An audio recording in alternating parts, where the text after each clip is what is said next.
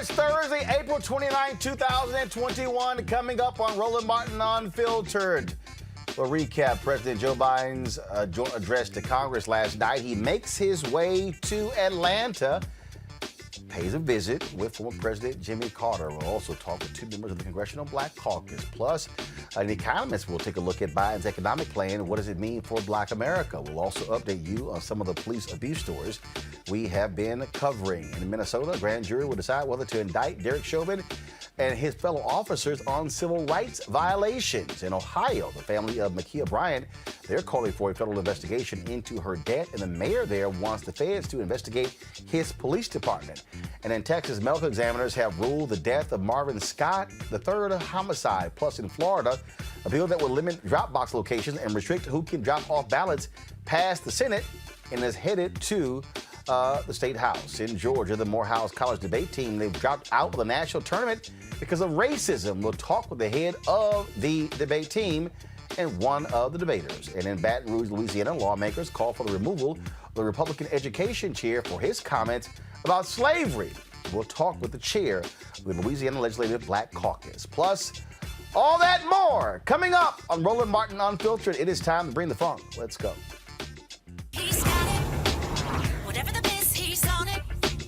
Whatever it is, he's got the scoop, the fact, the find. And when it breaks, he's right on time and it's rolling.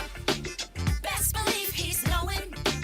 Putting it down from sports to news to politics. With entertainment just for kicks, he's rolling. It's on go, y'all. It's Roland Martin, rolling with Roland now. He's funk, he's fresh, he's real, the best, you know he's Roland Martin now.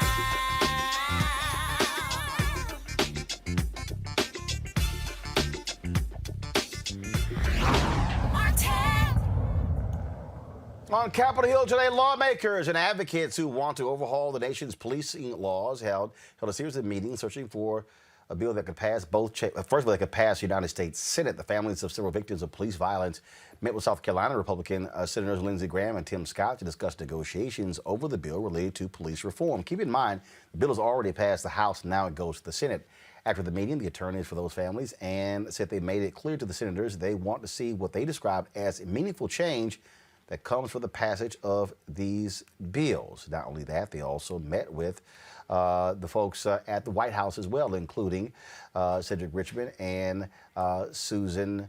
Met with Susan Rice, and so they met with all of them. And so the question is, what is actually going to happen when it comes to that bill? Remember, last night we talked with Congresswoman Karen Bass about that. She's leading the effort in the House. Like I said, it's already passed the House. Now it moves over to the United States Senate. So the question is, will Senator Tim Scott, can he do the heavy lifting to actually make all of that possible? Let's go to my panel. Dr. Greg Carr, Chair, Department of Afro-American Studies, Howard University.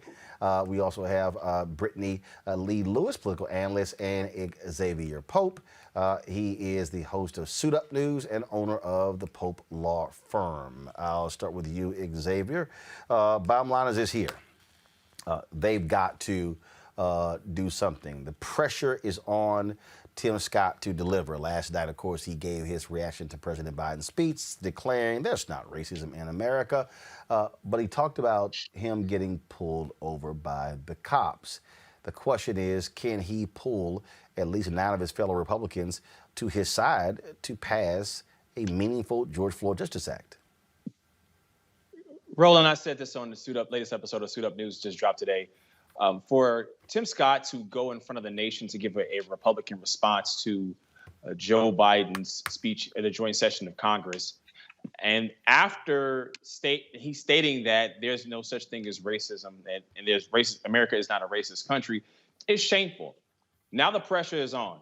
What are you going to do beyond maybe posture around and become a binky for bigots on television and actually get meaningful change in the face of racism that's actually happening? If you're meeting to resolve issues of racism, how are you saying that racism doesn't exist in America? Right now he's showing himself as a hypocrite, and is he posturing around for those that just want to see a black man in position as their black friend, or is he truly working for meaningful change? Well, the speech last night, bottom line is, Brittany, was all about the Republican response. But now, again, he now can show his mettle as to, he talked about in his speech about how he tried to pass reform last year. He's focusing on it right now. Okay, now we got to see what you can do. Bottom line is you got to put up, shut up.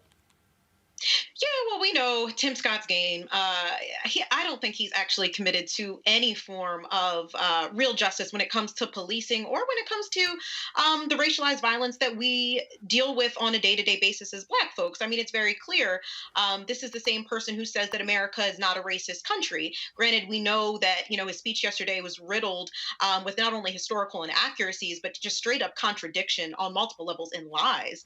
But I'm not sure that he's going to be able to be the one to lead this charge. I think he's going to put on a front as if that's something that he wants to do. But at the end of the day, he's backed by many of the same entities that are pro-police, right? So I really don't see him leading the charge here. Greg Carr. I agree with Brittany.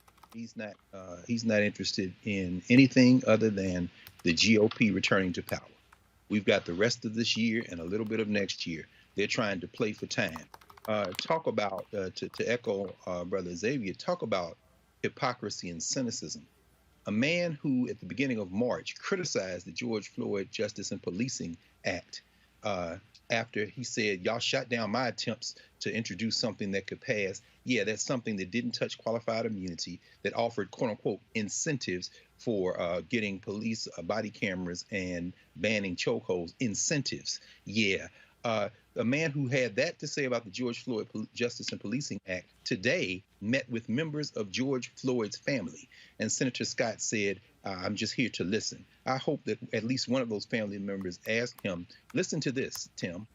Why did you criticize the bill with our family member George Floyd's name on it? And be specific, son. Be very specific, because you came from cotton to Congress, but those people who would prefer all of us to still be out in that cotton field seem to have stuck you out front to play for time until they can achieve their real objective, which is to take the House back, add the Senate, and ultimately 2 years from then get the presidency back.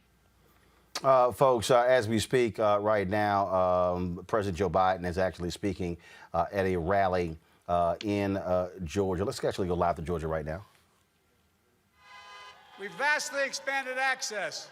We've got 100 million doses of vaccine, enough for every single American.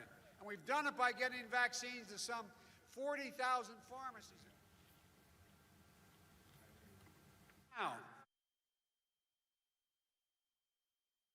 Now everyone over the age of 16 is now eligible to get vaccinated right away. So please do it. Get vaccinated now. Now. And we promise to deliver emergency relief to the millions of Americans who are in financial distress, and I might add, through no fault of their own. So we got out $1,400 checks to the American people, and we kept that promise. 85% of the households in America have gotten those checks. We've already sent out more than 160 million checks out the door. And I want to stop here and give thanks to both your senators, Senators Ossoff and Warnock, for making it happen, because those two votes, had we not come back and you elected them, those two votes made the difference. It passed by a single vote. And that means we owe special thanks to the people of Georgia. Because of you, the rest of the world, because of your two senators, the rest of America was able to get the help they got so far. The American Rescue Plan would not have passed. So much have we gotten done, like getting checks to people probably would not have happened. So if you ever wonder if elections make a difference, just remember what you did here in Georgia when you elected Ossoff and Warnock. You began to change the environment. And look, because of you, we passed one of the most consequential rescue bills in American history. So what did you do? What did you do with your vote here in Georgia? Well, you changed America. You began to change America. And you're helping us prove that democracy can still deliver for the people. Look, I want to thank you for all of that. All of America wants to thank you. Because here's what we mean by delivering for the people. We created, in the first 100 days, 1,300,000 new jobs. 1,300,000 jobs in 100 days. That's more new jobs in the first 100 days of any president in history. Folks, because of you. And we're here, just a few more things that we needed. We provided food and nutrition assistance for children and families so they don't go hungry. Rental assistance to keep people from being evicted from their homes. Loans to small businesses like Long to keep them open and people employed. And we made Georgia eligible to expand Medicaid, which means another 500,000 Georgians can be covered. Excuse me. Folks, health care should be a right, not a privilege in America. And here's the thing I'm most proud of. We are on track to cut child poverty in half this year by having passed the child tax credit. In half. But as much as we've done, we've got a lot more to do. That's why I proposed the American Jobs Plan. It's a once-in-a-generation investment in America. It's the biggest jobs plan in this country since World War II. And here's what it does. It creates jobs rebuilding and modernizing our roads, our highways, our bridges, our ports, our airports. It will provide clean drinking water for every American. There are 10 million homes in America. And there are 400,000 schools and daycare centers that have lead pipes where drinking the water is a danger. We're going to replace 100% of those nation's lead pipes and service lines so every child can have a turn at the faucet and know what they're drinking is clean water. Folks, we're going to provide reliable high-speed internet everywhere in America, including rural America. 15% of Georgia households do not have internet at all. We're going to change that. And those infrastructure projects are going to create millions of good-paying jobs just installing them. We also know that 2 million women have dropped out of the workforce during this pandemic. 2 million because too often they have to choose between whether or not they can get care for their child and their family or go to work. In the 21st century, infrastructure isn't just steel and concrete, it's people. And it's time we start paying people who come to our homes and care for people that love them and going to take care of them. And folks, you know, when a lot of people talk about climate, they forget to mention the most important word. I made a promise when I was down here running that I would, in fact, immediately rejoin the Paris Climate Accord on day one, which we did, and I would have, in the first 100 days, a climate summit here in America, inviting all the world's polluters and all the world's emitters, including the biggest nations in the world. And they came, everyone from Russia to China to the European Union to India, all of them. And you know what? What came across? Every single one of those countries, whether they're going to meet their obligations or not, is finally understanding that taking care of saving the planet is going to create millions of good-paying jobs. Millions of good-paying jobs.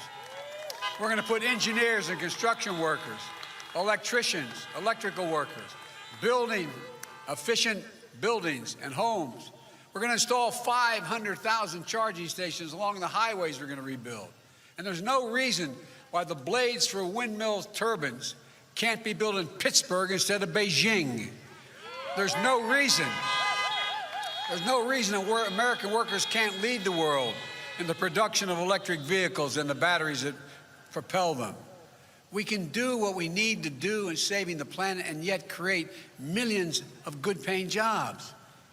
This, of course, is President Joe Biden now speaking in Duluth, Georgia.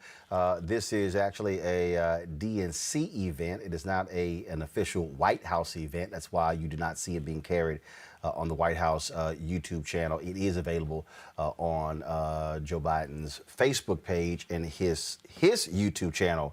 And so the move here, Greg, for him to immediately hit the road harkens back to 2009, when the stimulus bill was passed, and President Obama's sort of attitude was, folks will figure it out, as opposed to, no, you've got to hit the stump. You've got to, make it plain in talking to people and letting them understand what's going on. That's right, Roland. It's interesting. We'll look back at little moments that seem small at the time, but will likely add up to a larger inflection point. Remember in the debates, when asked the health care question, he embraced the Affordable Care Act, of course, so Obamacare, and then said, but then we're going to expand it with the Medicaid expansion. And it's going to be Biden care. Wait, what just happened? Oh, you're learning from the past. You need to now go on the offensive. Last night's speech and him on the road now, which is almost like a State of the Union move, right? I mean, you're out there now selling your State of the Union address. He's really treating last night as a State of the Union address in many ways. You see, it's no mystery why he stood there and talked to Bernie Sanders immediately after coming off the podium.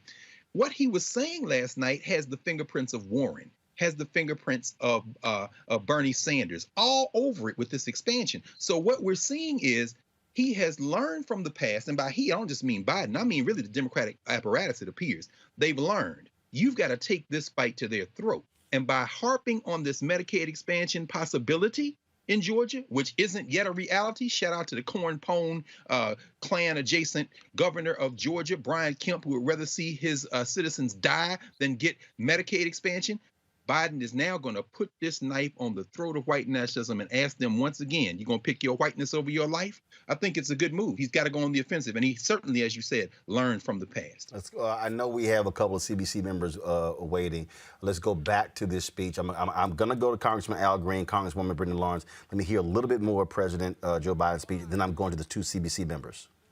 Over 10 years to increase their capacity to do everything but deal with cybersecurity, all those things where the jobs of the future are. Second thing we're going to do, provide quality, affordable child care.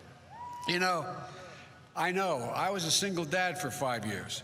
When my wife and daughter got killed right after I got elected to the United States Senate as a 29-year-old kid, what happened was I was lucky. I had a daughter. I had two boys survive. My daughter and wife were killed, but my two boys survived. And fortunately for me, I had an incredible family.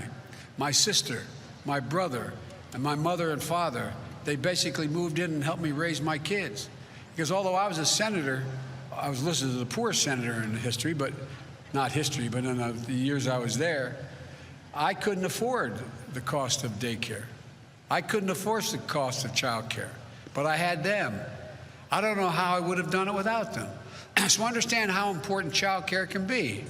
Under my plan, most folks won't pay more than 7% of their income for child care as a max. And the folks who need it the most and can't afford it all won't have to spend a dime. That's important. And the third thing is American Family Plan will finally provide up to 12 weeks of paid family and medical leave. I want to Congresswoman Brenda Lawrence of Michigan, Congressman Al Green of Texas, do a full screen of the speech. I want because here's something that the Democrats, again, this is what happens when you're learning. Drop our lower third, please. Drop the lower third. This is what they're doing. First of all, this is the feed that is going out to Joe Biden's YouTube channel, President Joe Biden's his personal YouTube channel, as well as his Facebook page. You see text number 100 days, getting back on track, Democratic logo in the top left corner. Looks like under Jamie Harrison, Congresswoman Brenda Lawrence, Democrats are learning how to use communications and social media and digital platforms to drive home a message. You know what's so beautiful about being a real leader is that although our president is one of the oldest we've ever elected, he has surrounded himself with all levels of knowledge and experience. He does not walk away from youth because there's still experience regardless of what age you are. And you see it being played out. Even his speech last night, how diverse that was. I mean, he just went down the line checking all the boxes. It was really remarkable. And I'm just impressed. And Roland, one of the things, someone asked me what was the difference last night. So I've been to for 7 years. I've been going, and before that, I would go to the State of the Union, and it was so electric. It was this power in the room. Everything's buzzing, and you just feel energized being there. Last night, there was no electricity. It was just Joe Biden having a conversation with the people that was elected to come and serve and do the work. And his resounding message was jobs and let's get it done. Last night, Greg Carr was part of our coverage, Congressman Al Green, and he said something important. He said it was a workman-like speech. It was a blue-collar speech. And in fact, the headlines today is that President Joe Biden is looking to undercut Republicans by specifically appealing to blue-collar workers and with that type of speech and that type of agenda. Agree or disagree? Agree. And I was honored to be in the room at the time the speech was delivered because, as you know, for 4 years, I protested the previous president. This previous president took us to the edge of insurrection. This president is taking us to the brinks of resurrection in terms of the democratic process. And if this president does all that he says he's going to do, he will be a transformative figure in American politics. History will be exceedingly kind to him. He has already gone through with the $1.9 trillion American Rescue Plan, $1,400 in the pockets of people, 200 million shots in arms, and then to follow up with that with the American Jobs Plan, a $2.3 trillion piece of legislation, and then the American Family Plan, $1.8 trillion. He has the potential to do what no president in my lifetime has done, and that is to transform the political as well as the economics of the United States of America. Congresswoman Lawrence, one of the things that people have been saying is that specifically for African Americans, where is that agenda? He spoke a little bit last night, obviously talked about the George Floyd Justice Act. How do you respond to that? How do you respond to people African Americans who want to hear a specific agenda for them? Well, the thing that, a couple of things that really just hit the sweet spot for me, the education piece. I'm a firm believer, and I know if my people are educated, my people can create, develop, manage, and do anything that we need in this country. And the fact that he is going to invest every child doesn't mean you meet a certain demographics. We'll get 2 years of preschool, and then the community college. Black women carry the highest level of student debt in America. To think that for 2 years you can get that education, you get that certification for a skilled trade. Our skilled trades are too white. And we know that those are career opportunities, but we have this barrier of joining a union, getting your apprenticeship. And so for me to hear that investment in education, and then the other part of that is criminal justice reform. If you educate my people, they will not be in prison. But then we must address the criminal inequities that are in our country when it comes to building a police force that has been built on unfortunate turning the other head as we see racism and violence incorporated with the man wearing and woman wearing the badge. And so when he talks about the George Floyd and the thing that was so powerful last night, Roland, is he said, argue with me, fight with me, but get it done. It's time. And to me, that was the message that we needed to hear. This last 4 years has been horrific.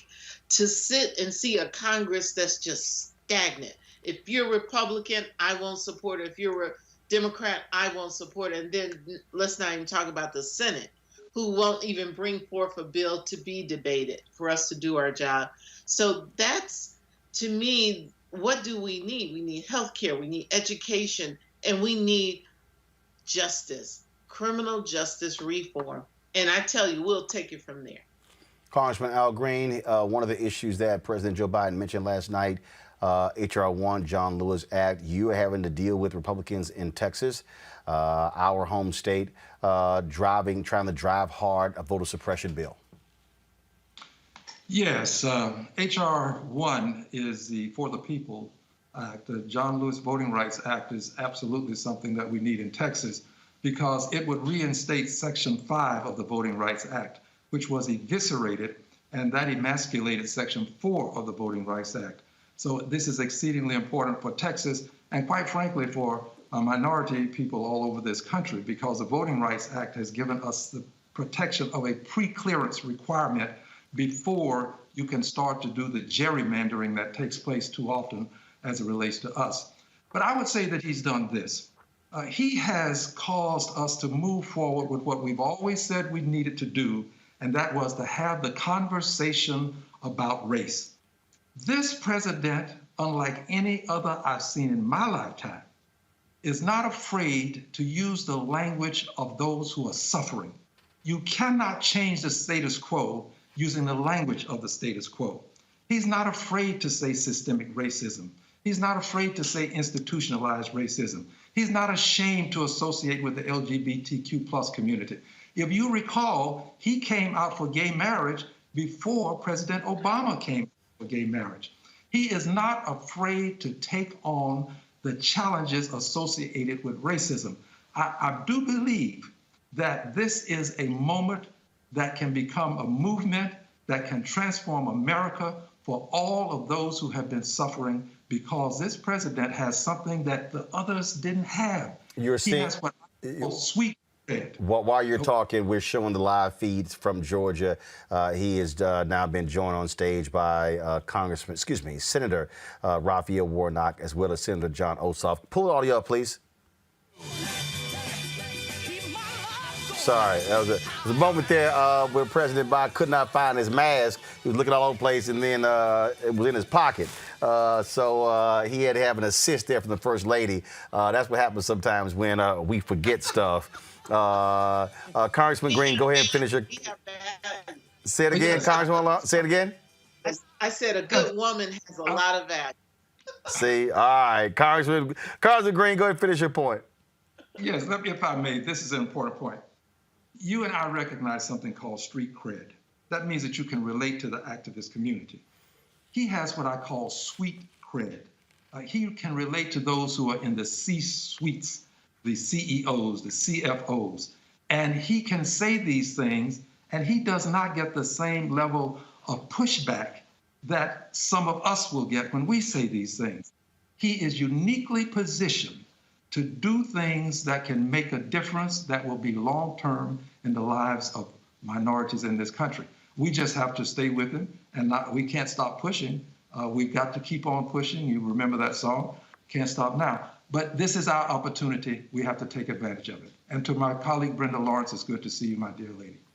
Oh, it's always good to see you. You know, when he tells you that he boycotted, not only did he boycott, he protested against the madness of the person that was sitting in the White House.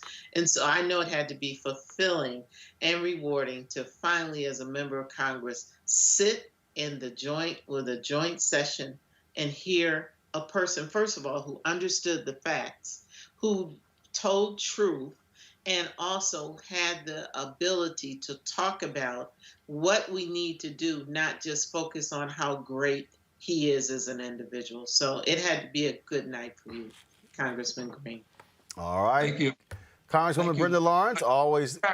I just want to say thank you. You're wearing some proud colors there, dear brother. Well, you know, I got my 32nd Alphaversary was 2 days ago on April 27th, which also happens to be the birthday of Dr. Greg Carr, who's on the show, a fellow Alpha man. So that's why I decided to go ahead and wear the colors today. All right. 85. It's okay, Congresswoman Lawrence. I go, you know, I know y'all Deltas always get little shout outs. So you got to let this alpha thing roll. My Delta anniversary was the 28th. So, you know, I should have had my red and white on today. Well, yeah, but you got, I see your Delta letters to your left. I got That's you. right. I appreciate it. Thank you so very much. Thank you, God Brenda, bless for your you. comment. We Thanks a love bunch. Let's go back to our panel, Brittany, Greg, and Xavier. Sell. That was one of the biggest mistakes, and I'll say it again, one of the biggest mistakes, and Obama's folks admitted it. Sometimes you so smart you dumb. And their deal was, hey, people gonna figure that thing out. People know we doing the right thing. No. Americans ain't that damn smart. So you got to make it plain, Brittany. You got to explain some stuff. You got to be clear. And I really want people to understand you need to study the contrast of how messages are conveyed. The Obama campaign, all people always talked about how he sort of floated above everyone else in terms of how he spoke. If you listen last night to the presentation of what Biden had to say, he was talking in a way that I swear he must have gotten advice from Joe Madison, who said you got to put it where the goats can get it. That's important when people are trying to understand, well, what is he doing? Well, he talked about child care. He talked about, he's not going to tax us. He's going to tax the rich. And then walking through by saying, I thought it was really important to say 650 of the richest people in America earned $1 trillion while the rest of you were losing your jobs during COVID.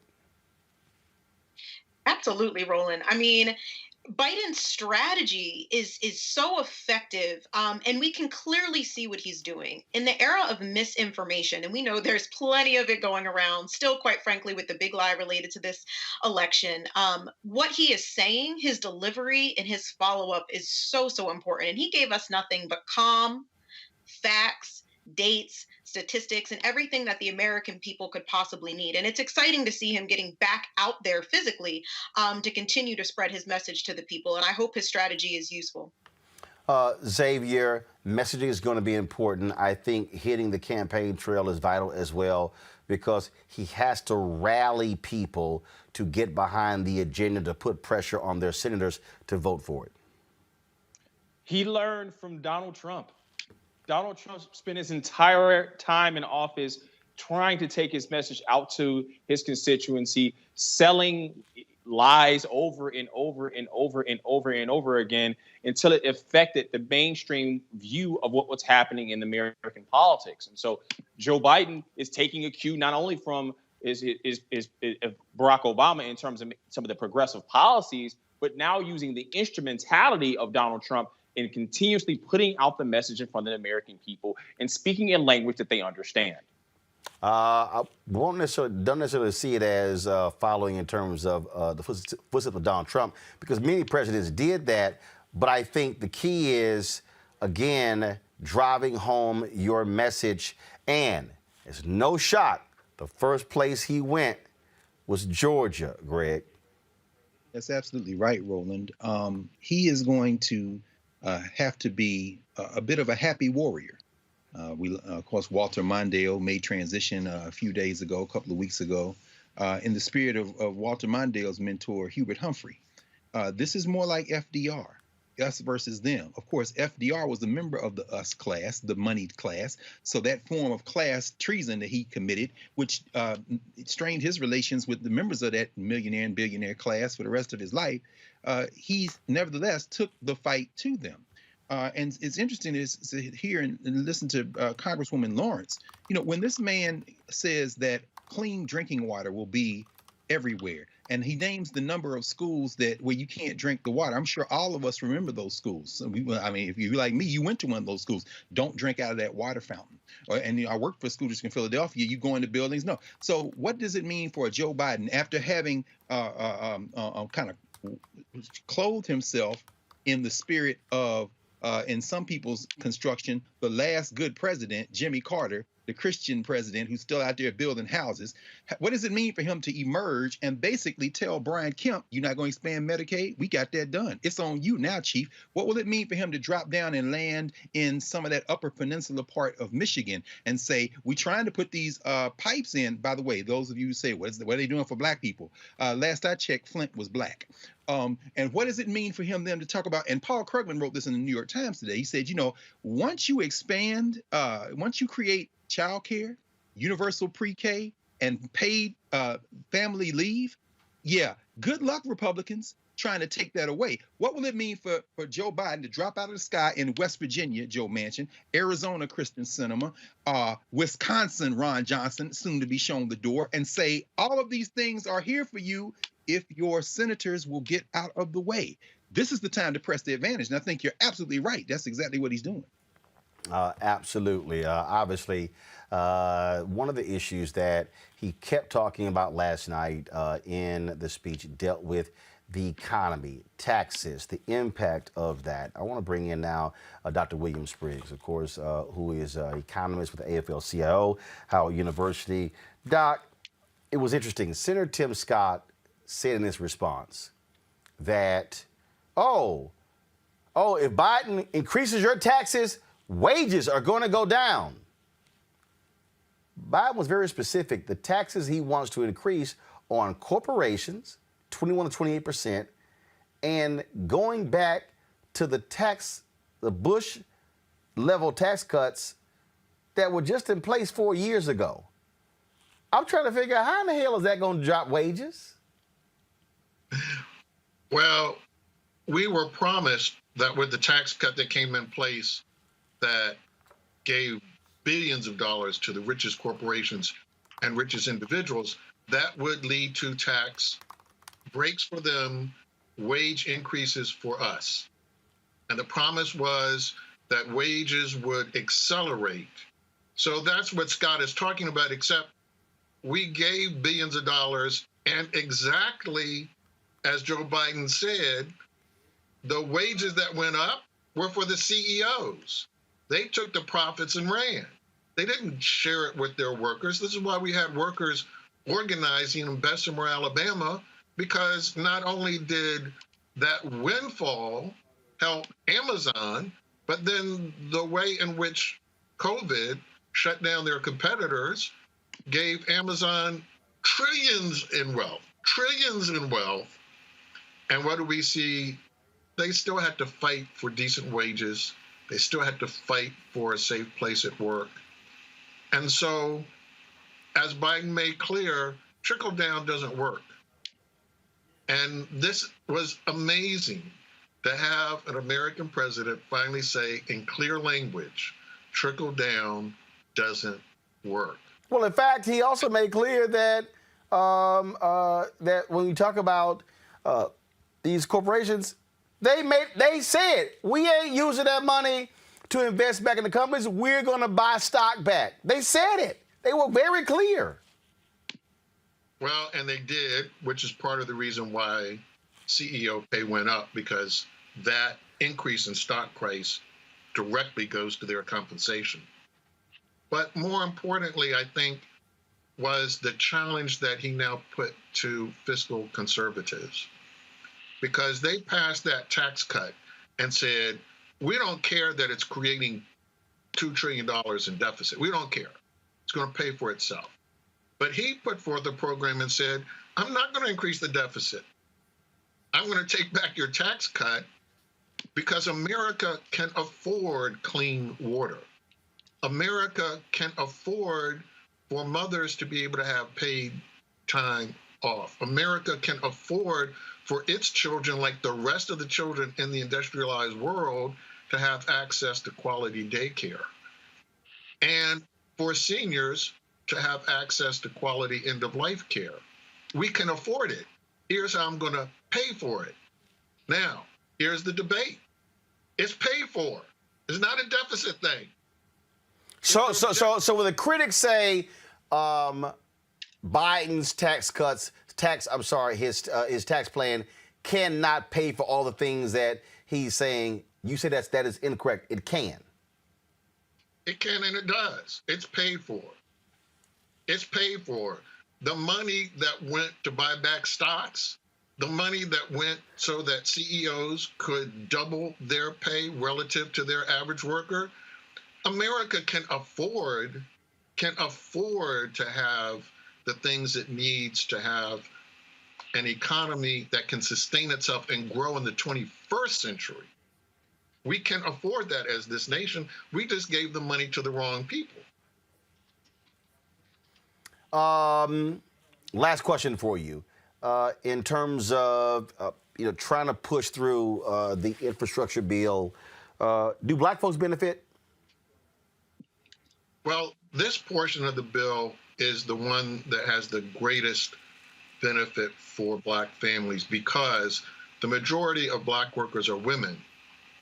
And this addresses key issues that prevent women from having decent earnings. One, by changing the wages of daycare workers, which therefore changes the wage that women can offer, right? Because if I'm guaranteed $15 an hour by being a child care worker, this ups the ante if you're Amazon. Because I'm not going to be working in your Bessemer plant with you monitoring every time I go to the bathroom if I can get a job for $15 an hour being a daycare worker. So this changes the reference wage for women. It gives women access to quality child care for their children, which is what black women have always lacked, was access to quality child care for their children. This has always been the negative equation for black women that they had to deal with. How can I take care of somebody else's child when I can't take care of my own?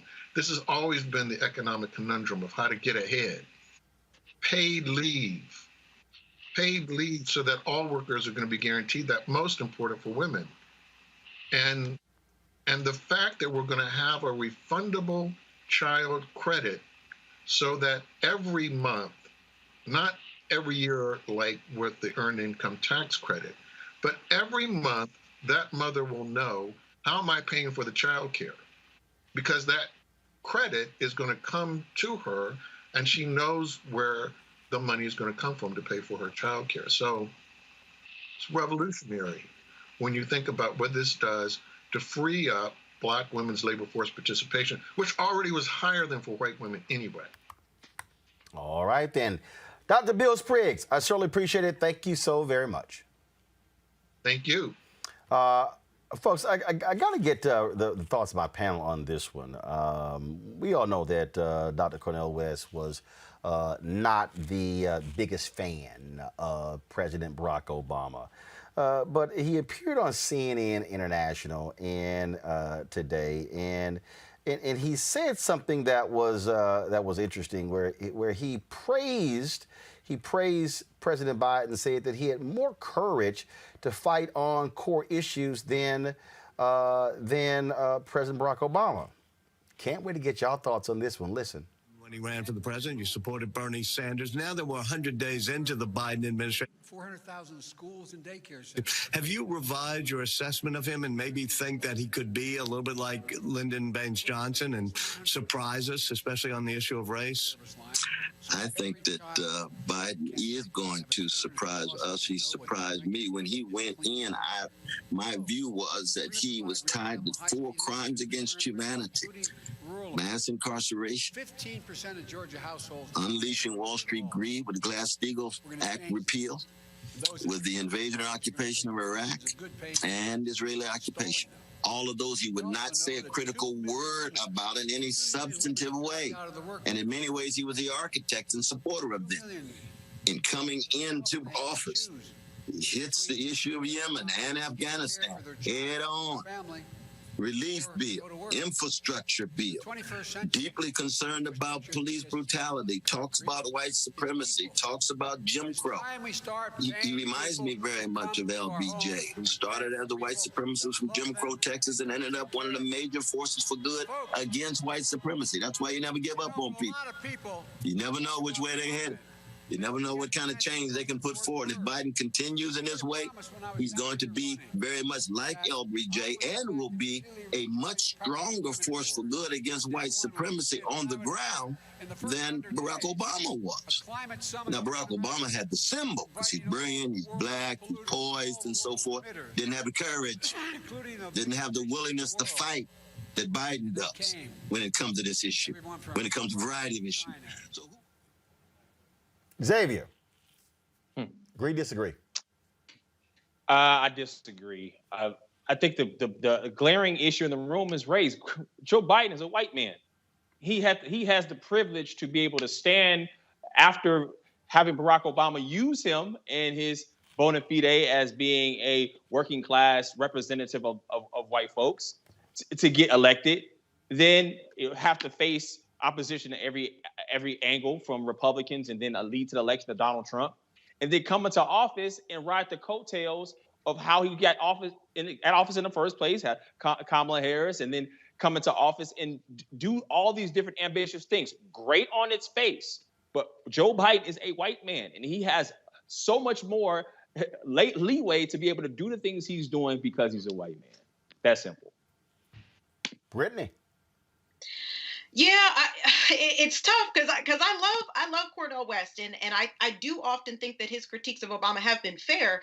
But this time, I think the point that was just made in regards to the fact that Joe Biden is a white man, obviously we need to talk about that because that has a lot to do with what Barack Obama felt like he could and couldn't say because of race, and he's made that very clear. But I also think he's being too forgiving of Biden.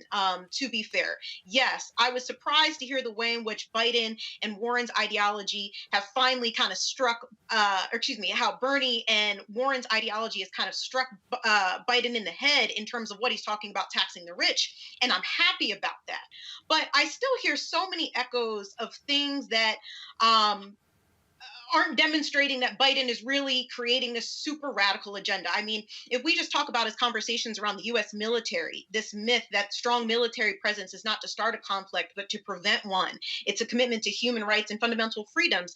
I'm just not sure that shows a really radical agenda. Or even like I mentioned last night, I was really bummed that Biden didn't spend more time talking about race relations or talking about policing, and everything that I've read as of recent demonstrates that he's not going to be doing nearly enough on that front and truly still believes in reforming the police department as opposed to defunding. Great.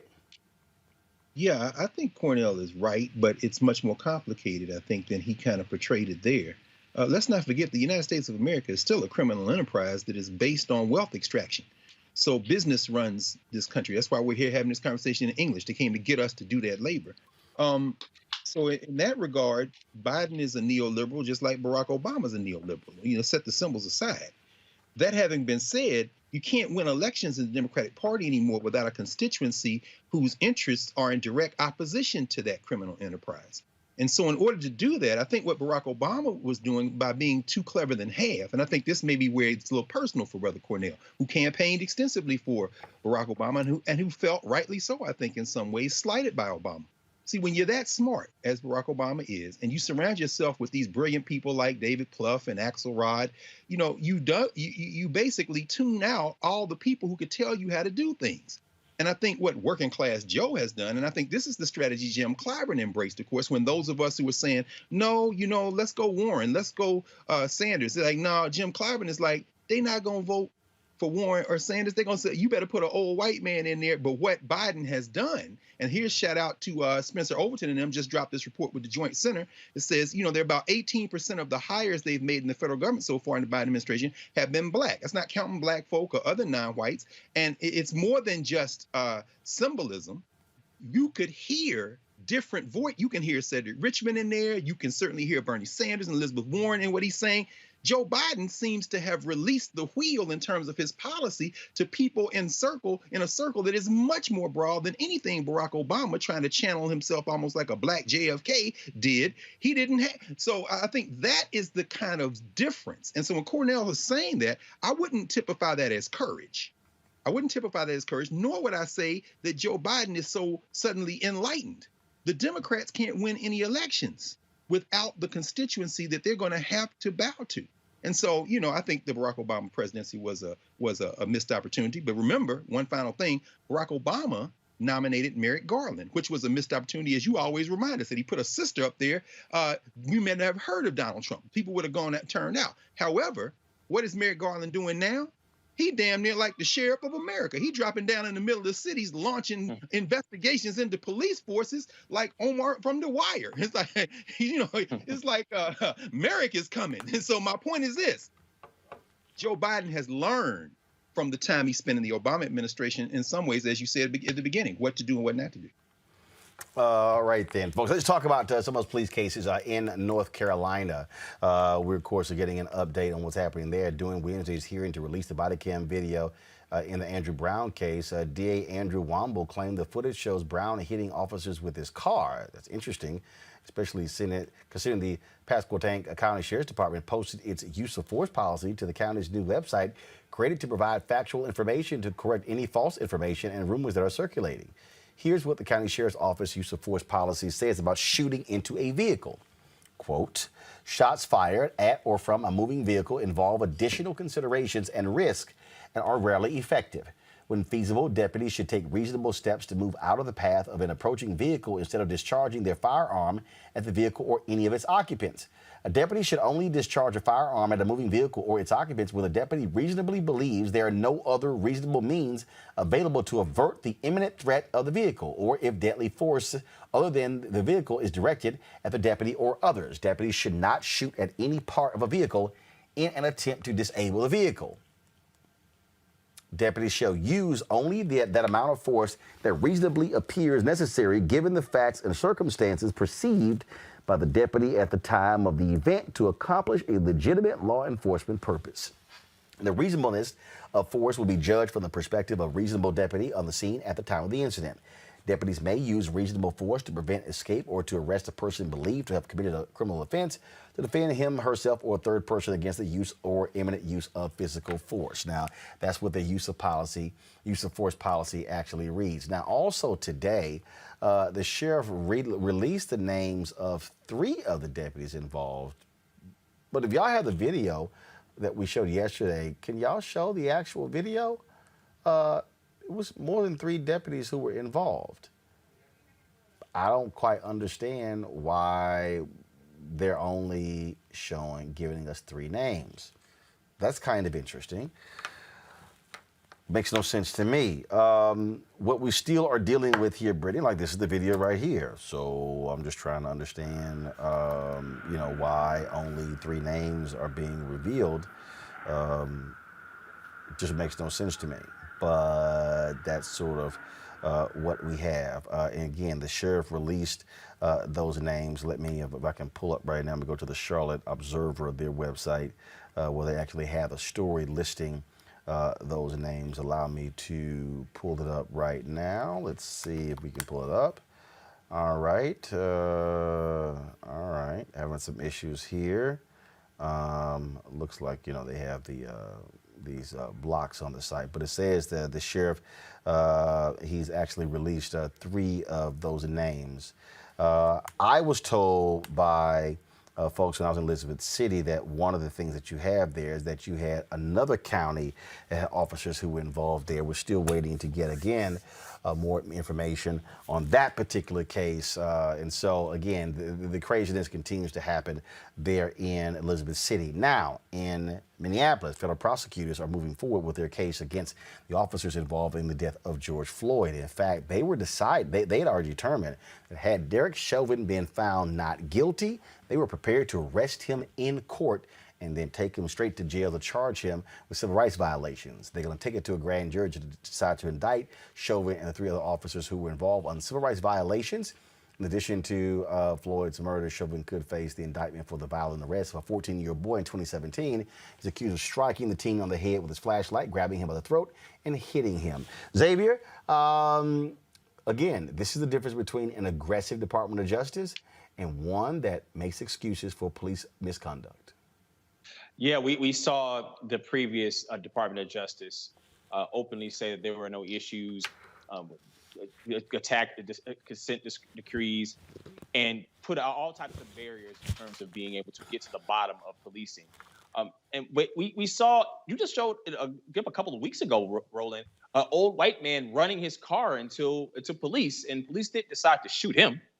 But we do see police rolling up like it's a movie of Mad Max on the scene to be able to deal with this gentleman. So we're seeing a completely different set of rules and laws being applied to African Americans in policing than it applies to others. It's open, it's clear. It's something that it's hard to debate when we're seeing what's happening right now.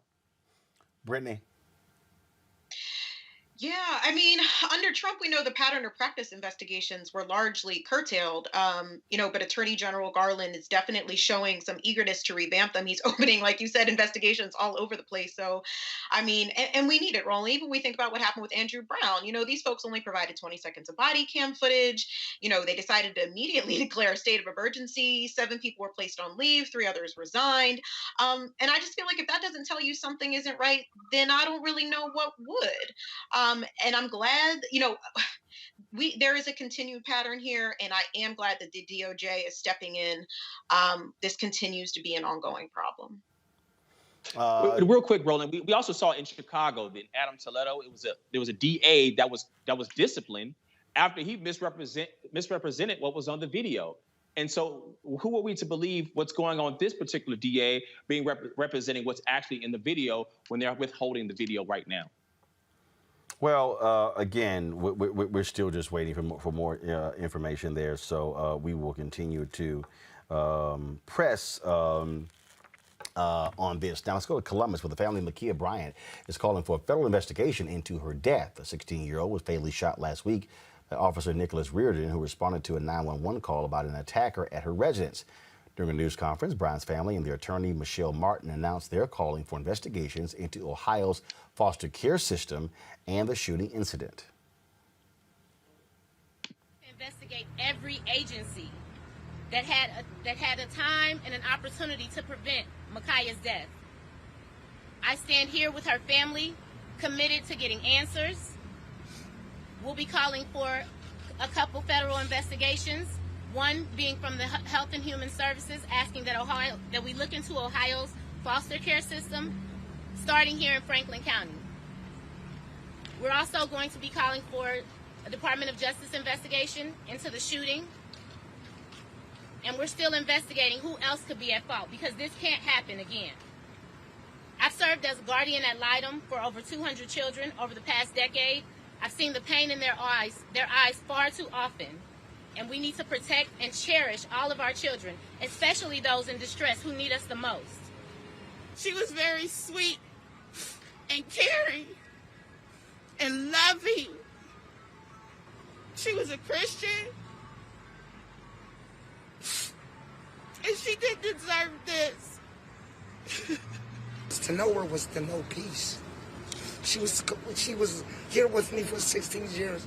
She was labeled to be my peacemaker. For something tragic like this to happen is unimaginable.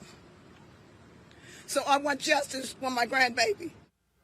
Bryant's funeral service will be held tomorrow at the First Church of God in Columbus. The viewing will begin at noon, followed by the service at 1 p.m.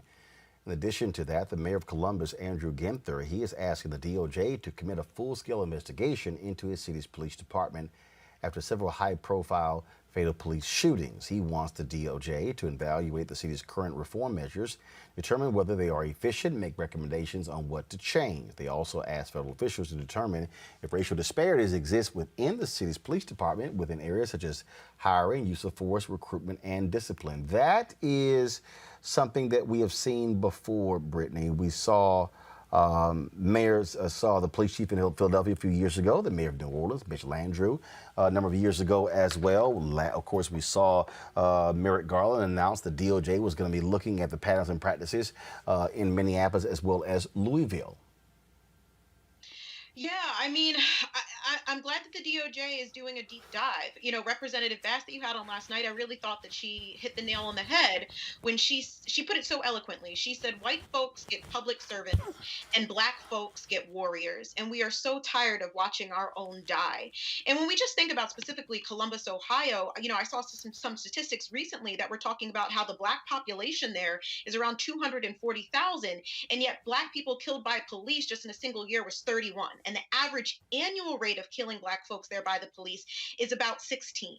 That's insane. Black folks there are killed 5 times. They're 5 times more likely to be killed than their white counterparts. First off, no one should be getting killed unjustly by the police, but the disparity in regards to the amount of Black folks that are being killed at the hands of police is absolutely ridiculous.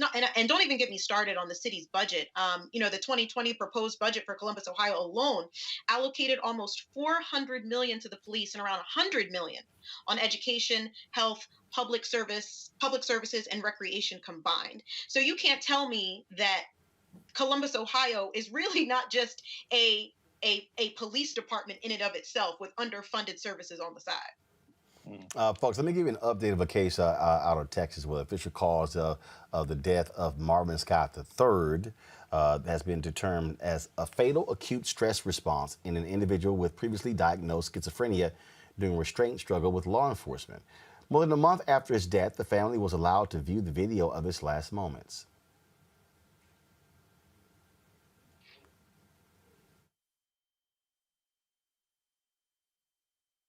What we saw in almost 5 hours of video of Marvin's last moments was repeated opportunities for our higher professionals, for legal professionals, to engage with one of the most vulnerable members of our community, someone suffering from a disability, in a way that they were aware of, in a way that Allen Police Department was aware that Marvin Scott was clearly in a schizophrenic episode, a manic episode.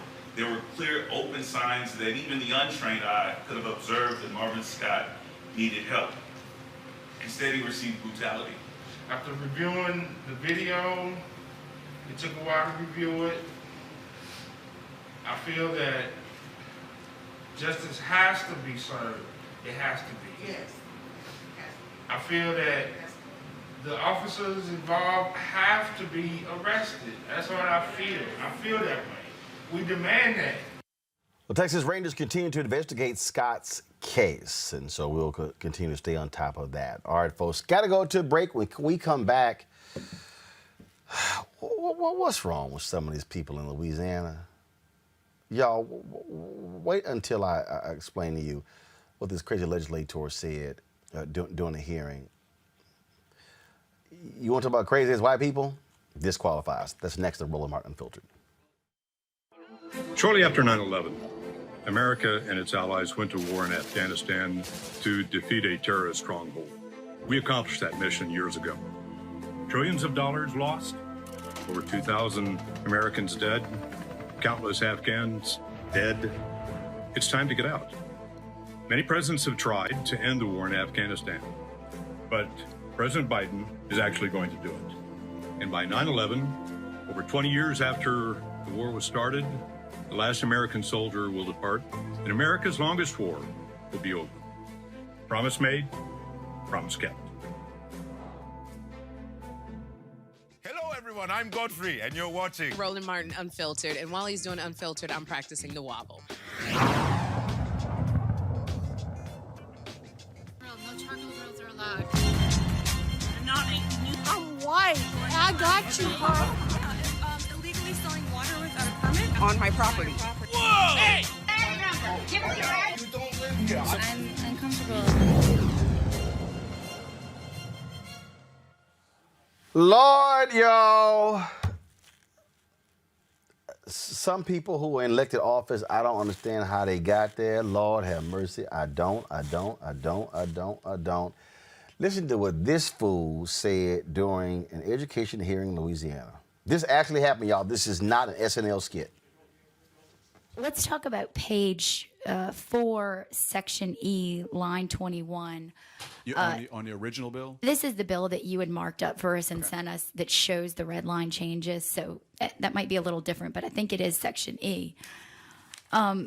it says nothing in the section shall be construed to do any of the following: inhibit or violate First Amendment rights of students or employees, and or undermine intellectual freedom or freedom of expression, prevent a school from promoting racial, cultural, ethnic, intellectual, or academic diversity or inclusiveness if such efforts are consistent with the provisions of this section. Is that section it's referring back to the entire bill? Yeah, that's when you use that term, when it's capitalized, it's referring to this section of law. Section 3, Part 3 of this. Prohibited discussion of divisive concepts as part of a larger course of academic instruction.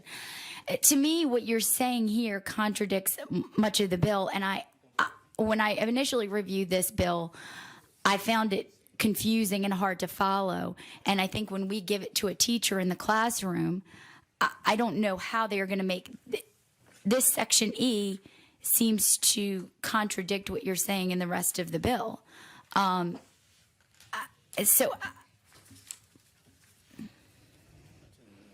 what would you consider part of a larger course of academic instruction? First off, if you go to page 4, line 16, it says D1, each school governing authority shall adopt policies and procedures for the investigation of complaints relative to noncompliance with this section. So the policies and procedures sets out what the policies and procedures should maintain. So the teachers won't get this bill. The teachers will receive the policies and procedures as set out by the district. Okay, but let's go back to Part 3 of this. Prohibit discussion of divisive concepts as part of a larger course of academic instruction. What does that mean?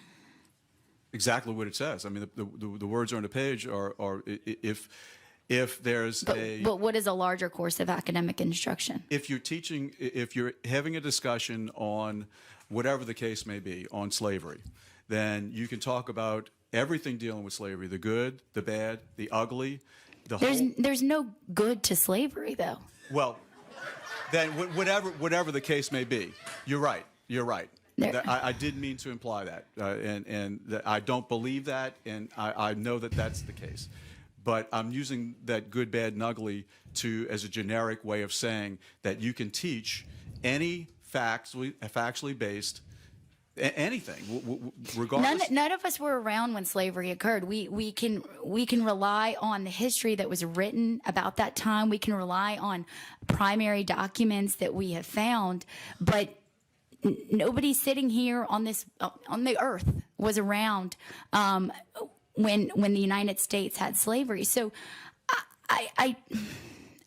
none of us were alive when most of history was written. History is constantly being written. It is a fluid concept. How can history? A fact is a fact. So I don't understand what you mean by a fluid. Please explain to me what you mean by a fluid concept. I'm saying history is yesterday.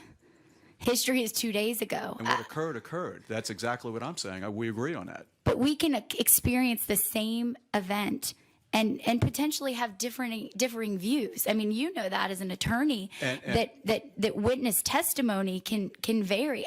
It comes back to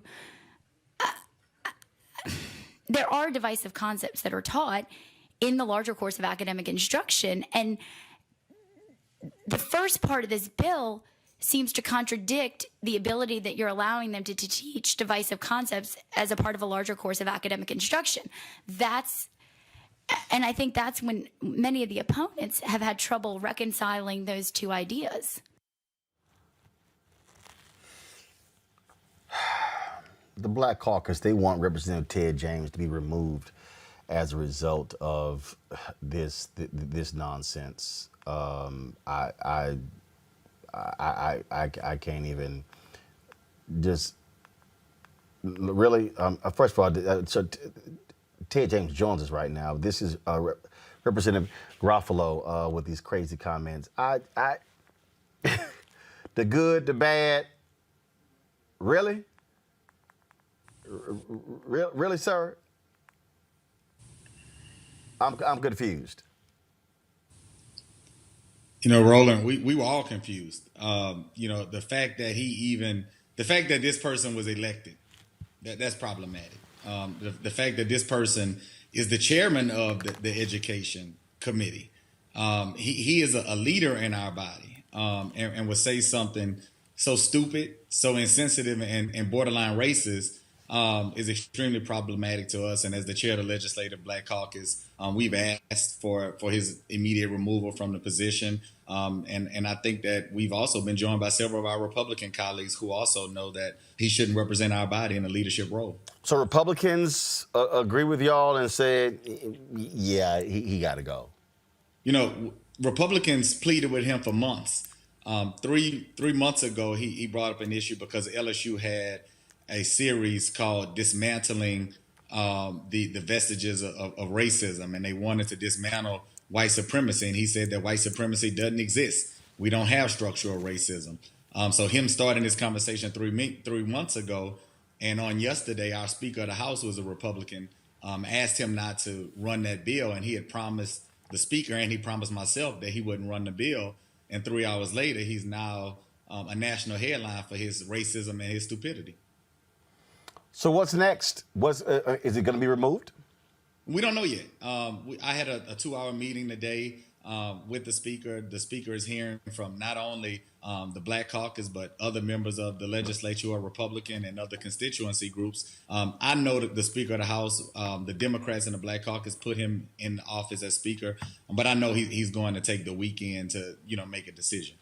I really get a kick out of, this is, I've listened to Senator Tim Scott last night.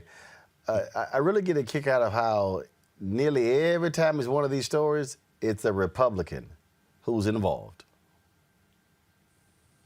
Republicans continue to show us why we need to elect more Democrats. I was appalled that Tim Scott continues to allow himself to be used by the Republican Party to stand up there and say what we all know to be false. We know, especially in a state like Louisiana, we rank 50th in education, and this is the guy who is the chair of our education committee. And he says that there's no structural racism in a building. I go into a state capitol every day with the images of slaves sketched into the building. So for him to make that idiotic comment as a chairman is extremely problematic. And then, I think that was what was even worse is that he took the floor yesterday in what we thought was going to be an apology. And he said, well, number one, the Speaker asked me to come down here. And I apologize that the media is taking my comment out of context. You all know me, and if you want to come talk to me about it, come see me at my desk. That was equally as insulting and probably even more insulting than his idiotic comment that he made in that committee yesterday. I get a kick out of folks who are saying comments were taken out of context when we played the entire comment in text.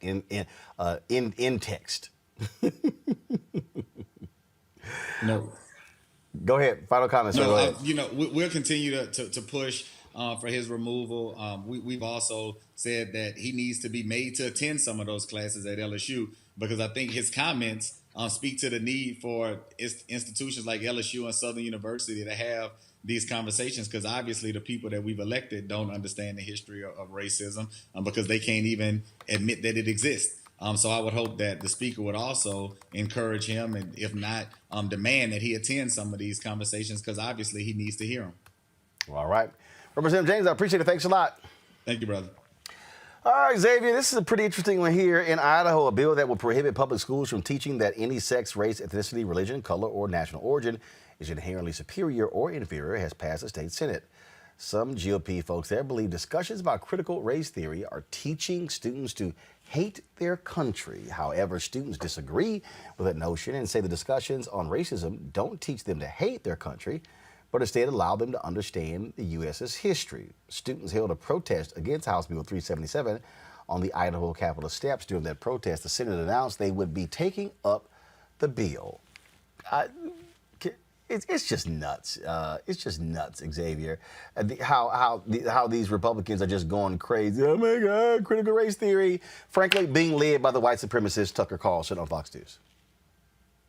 Roland, they want to continuously shift the conversation away from having about race and structural racism and solutions and governing to be able to resolve these issues by stating that bringing up these issues themselves are racist, which is ridiculous. And like the previous segment talking about the representative who openly said, I didn't say that, just to use lies as ways to be able to stand firm and go against these issues. And so we're seeing this ridiculous culture war, the attempt to misdirect the conversations about ways that we can actually change how we do things in this country. They want to stand firm, sell their narrative of racism to their constituencies, and try to win offices based on them, change the rules, and try to continue to get things working in their favor. It's ridiculous. This whole attack on critical race theory, I'm really laughing at it because it's just driving these people nuts, Brittany. They don't know what to do. They really don't, Roland. And we're seeing these types of bills go out all over the place. We've seen it in Iowa, like you just showed. We saw it in Louisiana. We're seeing it now in Idaho. And what's interesting to me is, first off, you cannot force feed Americans ahistorical information, really for the purpose of patriotism and trying to get them to, I guess, essentially try and rebuild the Republican Party, because you can't vote that way if you truly understand the history and what their policies stand on, which is this history of racism and sexism. And then I feel like if they're looking for this blind patriotism, right? If this country as exceptional, as profound as the GOP constantly suggests, which is why we shouldn't be teaching anything counter, why do they feel the need to remove indisputable facts about the country's history? Allow people to be patriots or to join your party after they obtained a diverse array of information and develop critical thinking skills. I really want to know how limiting, censoring, and cherry picking what can be taught in the classroom is any different than what the GOP claims happen in communist countries. Isn't the American way based on freedom of information and knowledge? So, the question really comes down to, do we want historical facts and details that are well researched and published by experts, or do we want this kind of cherry-picked nationalism in thought? And to be quite frank, the latter is petrifying, and we're seeing this kind of ideological attack happen in so many states. So we got some work to do. I'm just laughing at them. I think they're crazy. All right, y'all. Got to go to a break. When we come back, we're going to talk about the Morehouse debate team saying, hey, y'all white folks want to sit here, play racist game with us? Yo, we got this debate competition. We'll talk to the head of the debate team and one of its members next on Roland Martin Unfiltered. I believe that it's movement time again. In America today, the economy is not working for working people. The poor and the needy are being abused. You are the victims of power, and this is the abuse of economic power. I'm 23 years old. I work 3 jobs. Work 7 days a week. No days off. They're paying people pennies on the dollar compared to what they profit, and it is time for this to end. Essential workers have been showing up to work, feeding us, caring for us, delivering goods to us throughout this entire pandemic, and they've been doing it on a measly $7.25 minimum wage. The highest check I ever got was literally $291. I can't take it no more. The fight for 15 is a lot more than about $15 an hour. This is about a fight for your dignity. We have got to recognize that working people deserve livable wages. And it's long past time for this nation to go to 15 so that moms and dads don't have to choose between asthma inhalers and rent. I'm halfway homeless. The main reason that people end up in their cars is because income does not match housing cost. If I could just only work one job, I could have more time with them. It is time for the owners of Walmart, McDonald's, Dollar General, and other large corporations to get off welfare and pay their workers a living wage. And if you really want to tackle racial equity, you have to raise the minimum wage. We're not just fighting for our families, we're fighting for yours too. We need this. I'm going to fight for it till we get it. I'm not going to give up. We just need all workers to stand up as one nation and just fight together. Families are relying on these salaries, and they must be paid at a minimum $15 an hour. $15 a minimum. Anyone should be making this to be able to stay out of poverty. I can't take it no more. I'm doing this for not only me, but for everybody. We need 15 right now.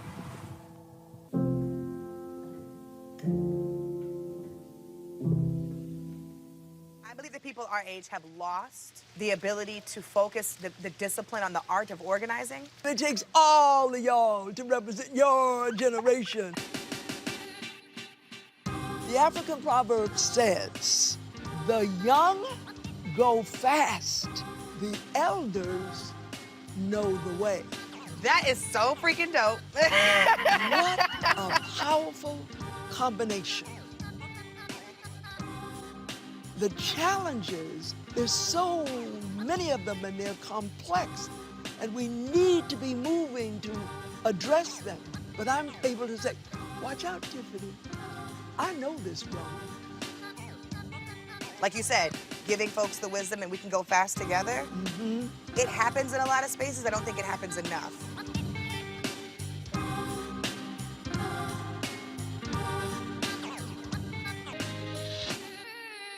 Hey everybody, it's your man Fred Hammond. Hi, my name is Brescia Webb, and you're watching Roland Martin Unfiltered. Ow.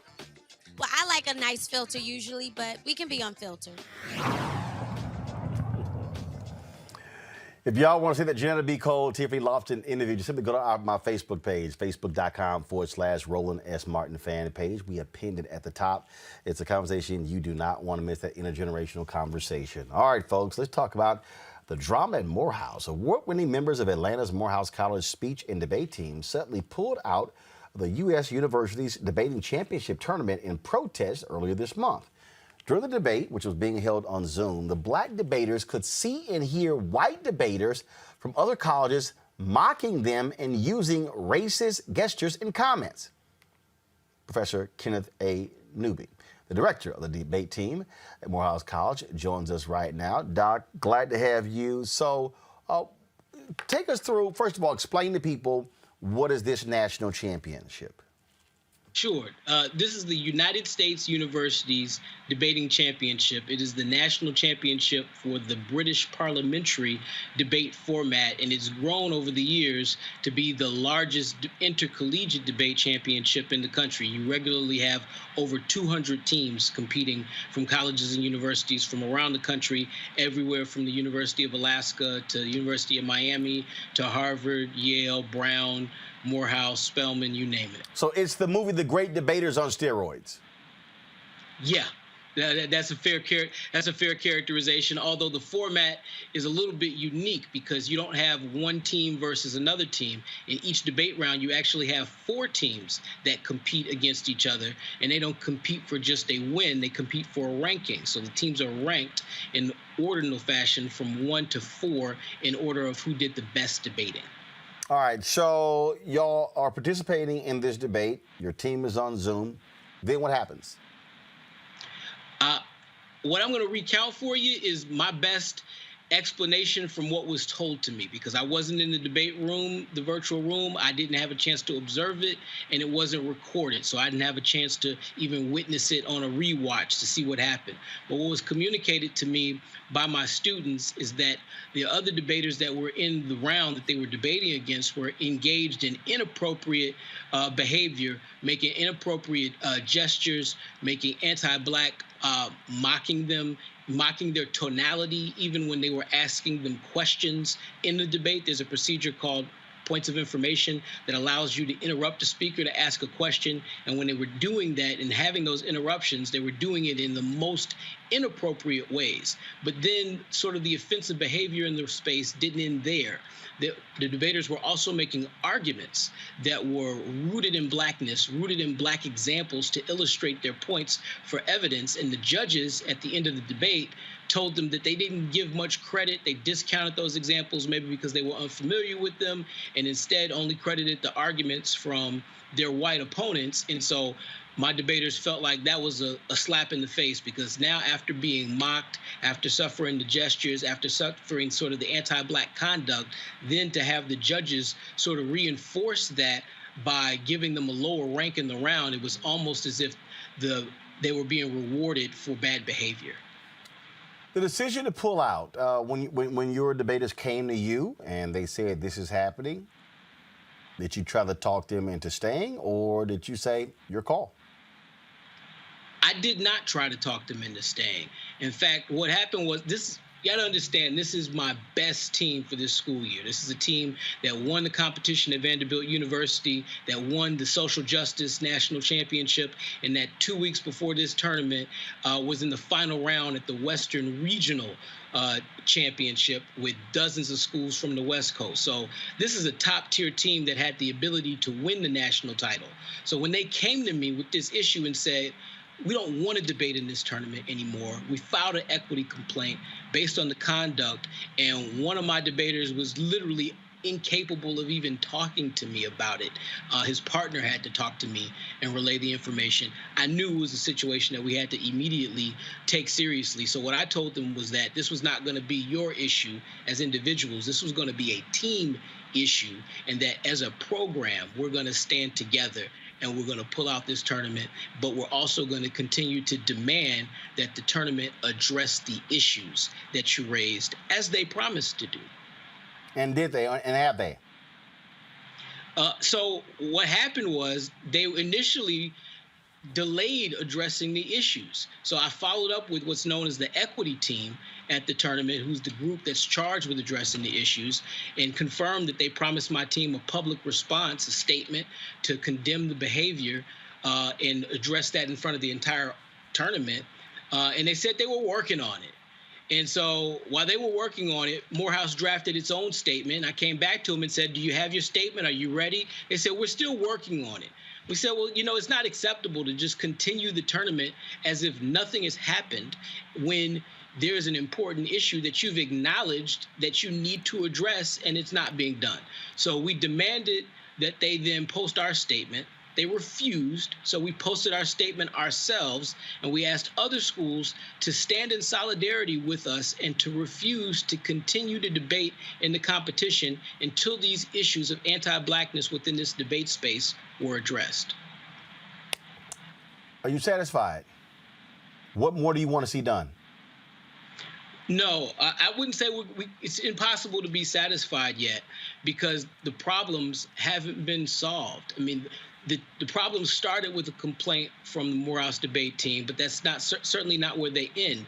We ultimately had a forum at the tournament that I moderated, in which debaters from all over the country talked about their very important issues, talked about the issues of anti-Blackness that they had experienced at the tournament and writ large in the British parliamentary debate space. In particular, for example, there was an amazing contribution from the debaters from Spelman College, who recounted some of their experiences in the preliminary rounds of the debate. And the Spelman College debaters also called upon folks to join Morehouse and to pull out and to refuse to continue to debate in the tournament.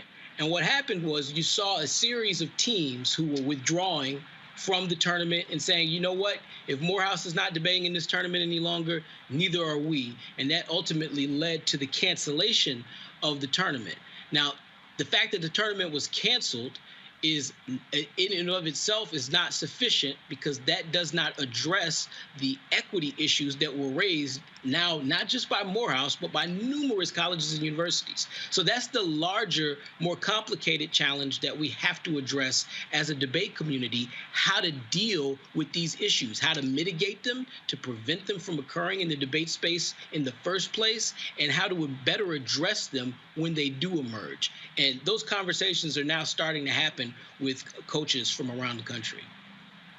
Questions. Brittany, you first. Yeah, so my first question is, how are judges picked for these debates? Like, is there any type of screening to make sure that they're well-versed on racial issues? Yeah, what's the process there? So the tournament's hosted this year by students from the University of Pennsylvania. Those students then select what's known as a chief adjudication team. That chief adjudication team is responsible for managing all of the judges in the tournament. But the judges in the tournament are a mixture. They're a mixture of what we'll call institutional judges, in other words, judges that are provided by the colleges and universities that are in attendance. And then there are also judges that are recruited, so who are called independent adjudicators. And those judges are recruited by the chief adjudication team. They come from a variety of places. They're often very experienced judges in terms of being skilled in judges. They have to submit judge CVs, which are considered, and then based on those judge CVs, they're selected and then provided subsidies to attend the tournament. But in fact, one notable judge, a couple notable judges rather, who were attending from South Africa, noted that once they heard our issues, they were no longer going to continue to judge in the competition. In fact, they noted that Morehouse had previously stood with debaters from South Africa when they protested at the World Universities Debating Championship in 2019, and they remembered that support and wanted to return it and stand with Morehouse in solidarity at this national championship. Xavier. Ken, what were the names of the institutions that were involved in this egregious conduct? Are they disciplined in any way? And are there any procedures on the books to be able to address some of the behavior that they were involved in? And who is going to be involved if there aren't anything, if there is anything on the books, to be able to institute new policies to be able to penalize teams that engage in conduct like we've seen here? Well, let me deal with all parts of those questions. So first, as far as the names, we don't really know the names. The reason why we can't be sure of the names is because when teams are competing, they compete under pseudonyms. And the reason why they compete with this type of anonymity is that you want to try to mitigate any bias that may come against the fact that you may have, say, Harvard University debating Atlanta Community College. You don't want Harvard to win just because they're Harvard. You want the debate to be decided based on the arguments. So we can't even specifically identify all of the teams that were in the round with us. But as far as the discipline goes, the tournament does have equity procedures. They're written procedures set up. They're not supposed to countenance or accept any kind of discriminatory behavior off of any protected class, such as race, for example, or sex. That type of discrimination, whether it would be sexism, racism, any conduct of that matter is expressly prohibited under the tournament's policies. And the equity team is the team that is charged with addressing any complaints. And so that's why I highlighted the fact that my team filed an equity complaint, had their equity complaint investigated by this team.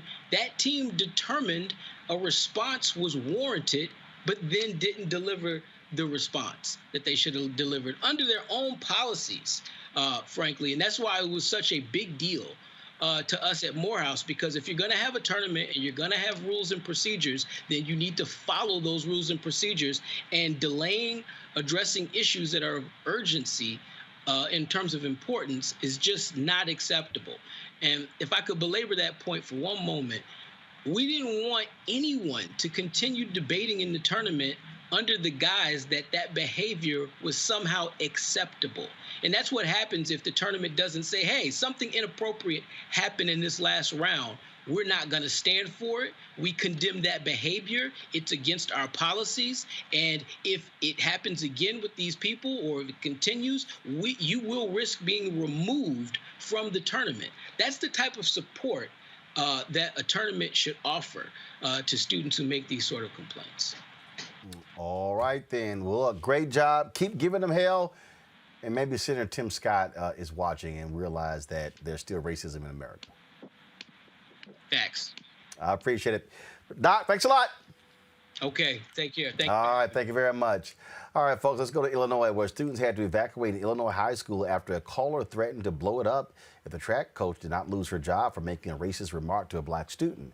During practice, the girls' PE teacher and track coach at Marion High School, Sarah Baker, allegedly called one of her 15-year-old runners a black, barefooted African from the third world. Protesters marched to the school demanding Baker's firing. Baker is now on paid leave. In Pennsylvania, a school assignment about the trial of Derek Chauvin has upset many parents and students. The teacher asked students 10 questions about the case. Here are some examples. Should Chauvin have been charged with murder if he did not directly kill him because there was an amount of drugs in his system that then affected his heart? Another question, Chauvin did not follow protocol and had a knee on Floyd's neck for way longer than necessary. Floyd was resisting arrest, so why is Chauvin still considered breaking the law through negligence? Explain if you don't know what negligence is, then look up the word. Students who felt uncomfortable were given an alternative assignment. The Archdiocese of Philadelphia released a statement saying, in part, school administration immediately communicated with those families after reviewing the assignment in question to apologize and discuss a plan of action moving forward to address the concerns. Those families with whom school administration was in contact expressed that they were pleased with the planned resolution. Really? That's how we roll in, Xavier? I mean, this is just ridiculous. I mean, calling someone an African booty scratcher, basically, in one instance. You have another instance that misapplies the facts and what the jury found in order to press upon students to be able to teach them something that's not true. Nelson Mandela said that you can't, no child is born hating. They have to be taught to hate, and they have to be taught to love. And so educational institutions are the first place that people learn to be able to get along with each other and find more about the outside world. And if you're fostering hate in the educational environment, why are you even teaching in the first place? Disgusting. Brittany? Absolutely. I agree with everything that was just said. You know, the violence that happens at these schools at the hands of these ignorant and racist teachers is rampant and constantly ongoing. And to me, Roland, it's really not just about the teachers. There's a larger issue with the administration and possibly with many of these school districts. What's scary is, what is the screening process that allows folks with these types of beliefs and ideologies to get hired in the first place and do this type of psychological damage? You know, and certainly, you know, Catholic schools are not exempt from this type of behavior. You know, I went to a Catholic school myself. I was told all types of things. I'm only getting into college because of affirmative action. They couldn't play rap music at our prom because the music was inappropriate. I mean, these things have been going on, and I was in high school how long ago? So this is an ongoing problem, not just with the teachers, but with the schools themselves and with the school district. Hey, folks, the man whose face went viral from the white nationalist rally in Charlottesville, Virginia, is out of a job. The Nevada National Guard expelled 24-year-old Peter Satanovich after uncovering his extremist affiliations. A Defense Department background check revealed the FBI opened an investigation into his participation in the violent Charlottesville rally that resulted in 1 death and 19 injuries. Satanovich could not obtain a security clearance, and as a result, he got expelled from the armed forces. Oh, I'm so sorry. I'm so sorry he lost his job. No, I'm not. Speaking of losing a job, folks, this crazy-ass white woman in Virginia caught on video harassing her black neighbor, calling her not the right color. She lost her job, too. Roll it. They're so crafty like you. Watch me. Watch me handle it. Watch me. You're not the right color, honey. No, I'm a nigger. Yes, you are. I'm a nigger. Yes, you are. I'm not talking to my daughter. That's the only thing you do. I'm a what? I'm a nigger? Why should I tell you? I'm a what? I'm a what? On my property? On my property? LaQuetta Good, the black woman being yelled at, says the woman has called the police on her before to search her home for drugs because she assumed Good could not afford a house. And the police did search her home. Good also says the incident was part of an ongoing problem due to their children not getting along. The woman was fired from her job at a local food bank. I just keep saying, Brittany, look, if all these crazy-ass white people, they want to keep acting the fool, we could end black unemployment. Every time they get fired, black people should show up in mass applying for their job. Roland, I know that's right. I'm just glad they're getting fired left and right. These folks can't keep their jobs. We're going to pull out a camera. We're going to record you. We're going to catch you. We're going to find you, and we're going to hold you accountable because, these folks are out of control. Every other time we turn around, there's some crazy foolishness happening. And on her property, too. This woman had the audacity to come on her property. Her property. I don't get, Xavier, how you going to call a cop and say, you don't think I can afford the house, so search my house for drugs? Oh, hell no, y'all ain't getting in the house. She should have came out and says, you about to lose your job. I think that they saw a president that did whatever he wanted and was rewarded for it. And they think they can all be little versions of Donald Trump's too. You don't have the same amount of money as him or the amount of power. You'll lose your job. Yeah, it's not going to work out well for you on that one. All right, folks, we told you go to our Facebook page. You can watch the conversation between Janetta B. Cole and Tiffany Lofton. Monday, great discussion. Ambassador Andrew Young and the co-founder of Black Voters Matter, Cliff Albright, is a sneak peek. Floyd's death hopefully put another nail in the coffin of racism. You talk about awakening America. It led to a historic summer of protest. I hope our younger generation don't ever forget that nonviolence is soul force. Priceless.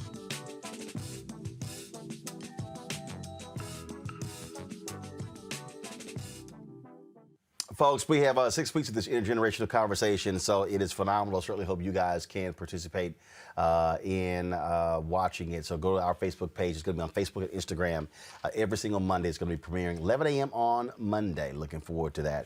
Hey, if y'all want to support what we do, please join our Bring the Funk fan club. Every dollar you give goes to support the show and what we're able to do as we travel around the country, giving you the kind of perspective you're not going to get anywhere else. You can do so, of course, Cash App, $RM Unfiltered, PayPal.me/R Martin Unfiltered, Venmo.com/RM Unfiltered. Zelle is Roland at RolandSMartin.com. Also, Roland at RolandMartinUnfiltered.com. You can also, of course, send us a money order to 1625 K Street Northwest, Suite 400, Washington, D.C., 2006. Well, I certainly want to thank Dr. Greg Carr, Brittany, and Xavier for being on our panel today. Thank you so very much. I certainly appreciate it. Folks, that is it for us. We shall see you tomorrow right here on Roland Martin Unfiltered. Don't forget, after the show here, we're gonna actually restream President Joe Biden's rally in Duluth, Georgia today, and so you can look forward to that. As I said, go to our Facebook page, go to the top of the page. You'll see the conversation between Janetta B. Cole and Tiffany Lofton. It's amazing. In fact, I got to do one more thing. Sorry. So, I came into work today, and this woman, she dropped off her Bring the Funk fan club membership, y'all. Now, I want y'all to see this here. And she was hanging around, waiting for me to speak, to give it to me. Her name is Camille Saratin. I believe she is. Did you say she's Iranian or Iraqi? I thought Henry told me that. Encloses a small contribution to support the truthful journalism, and she actually Henry shot this video. Watch this. Come on, guys. All right, hold on. I'm gonna fix that. Hold on. She did do audio on here, so give me a second. I want to get this right here, y'all. I don't know why we don't have audio because it's on here. Let's see here. Go up here. Sound. You guys should have the sound. Not sure why you don't have sound. It's telling me you have sound.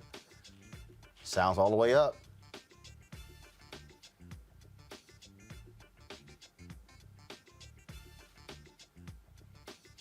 Okay, guys, I don't know what's going on.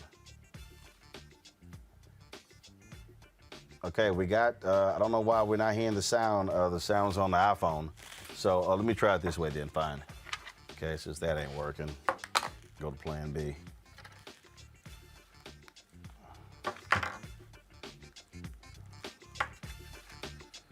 Let's see if this works here.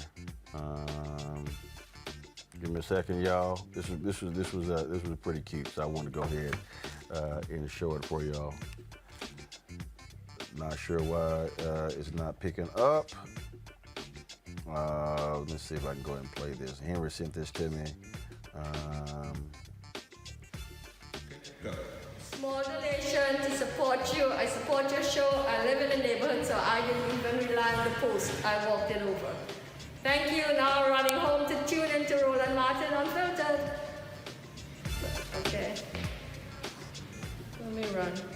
Y'all, she literally was like, no, I do not want to miss the show. I want to see the top of the show. And so she was like, I'm racing home. And so Henry said, no, Roland will be here soon. She's like, I cannot miss the show. And so I appreciate her dropping off of her Bring the Funk fan club. See, I told y'all. See, look, I appreciate all the folks who watch this show. There are people who Middle Eastern descent. There are people who are Asian, who are white, who are Latino who watch the show. I appreciate folks, African Americans and others. People understand that we're providing something that you're not getting, the level of honesty and the unvarnished truth that other people are afraid to say. And so we appreciate everybody who watches the show, who supports us. And I'm telling you, your dollars are critically important. Again, y'all, Cash App, $RM Unfiltered. Our goal is real simple. We want to get 20,000 of our fans contributing a minimum of $50 each. That's $1 million a year to pay for what we do. We've got some amazing announcements coming up. I cannot wait to share them with you. You can support us again at Cash App, $RM Unfiltered, paypal.me/R Martin Unfiltered, Venmo.com/RM Unfiltered, Roland at RolandSMartin.com. And I told y'all, if any of y'all are buying show gear, send us a photo. And then we'll show the photo. We'll give you a special shout out. We will show the photo of you in your Roland Martin Unfiltered gear right here on the show. So thank you so very much. I shall see y'all tomorrow. Holla!